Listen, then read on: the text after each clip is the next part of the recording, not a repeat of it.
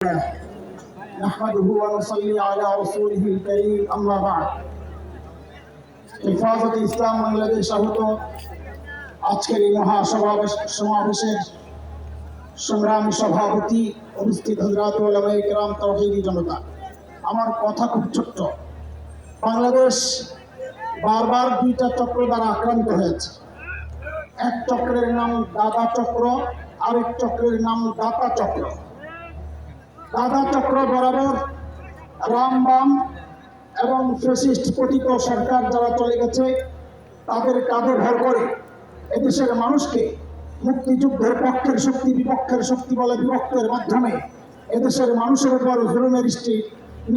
Ruler চালিয়েছে লম্বা সময়, দীর্ঘ 16 বছর। আলহামদুলিল্লাহ, এদেশের মানুষের রক্তের ওসিলায় আল্লাহ তাআলা তাদেরকে এদেশ থেকে বিতাড়ন করেছেন। যদিও মাঝে মধ্যে হুমকি পাই আশেপাশে আছে, চট করে ঢুকে যাবে।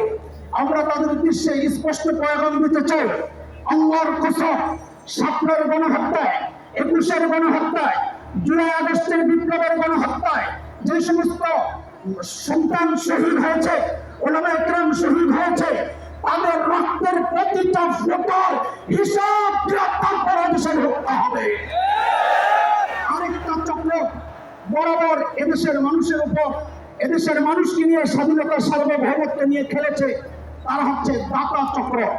তারা এনজিওদের কাজে ভর দিয়ে এদেশের মানুষের কৃষ্টি কালচার, এদেশের মানুষের তাহজিব তামাদ্দুন এগুলোকে নস্যাৎ করে পশ্চিমাদের কৃষ্টি কালচার এদেশে বাস্তবায়নের বারবার চেষ্টা করেছে।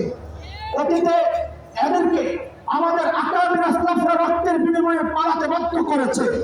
যদি আবারও এইরকম কোন ষড়যন্ত্র দেশকে নিয়ে হয়, এদেশের স্বাধীনতা সার্বভৌমত্ব যদি শেষ করার চক্রান্ত হয়, নতুন প্রজন্মের নতুন পয়গাম, অতীতের কুলাঙ্গাররা পালাতে পেরেছিল, এবার যদি আক্রান্ত হয় স্বাধীনতা, ইসলাম আর থেকে পালাতে দেওয়া হবে না।